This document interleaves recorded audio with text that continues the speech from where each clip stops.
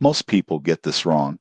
They think Shift Cash is just another payday or BNPL app, but the surprising truth in 2026 is that it combines early wage access, installment payments, and money management tools all on one platform. When used responsibly, Shift Cash can help cover short-term expenses without falling into high-interest debt traps. Here's how Shift Cash works. The app allows you to access a portion of your earned wages before payday, often within hours. You can also split eligible purchases into smaller installments over a few weeks. Instead of traditional interest, Shift Cash charges a flat, predictable fee per transaction or advance. Additional features include repayment reminders, spending alerts, and optional dashboards to track your cash flow and plan ahead. The downside? Overuse can be costly. Frequent advances or missed payments may add up, and relying too heavily on Shift Cash could lead to financial stress. Tips for responsible use: 1. Only access money you can repay on time. 2. Use reminders to avoid late fees. 3.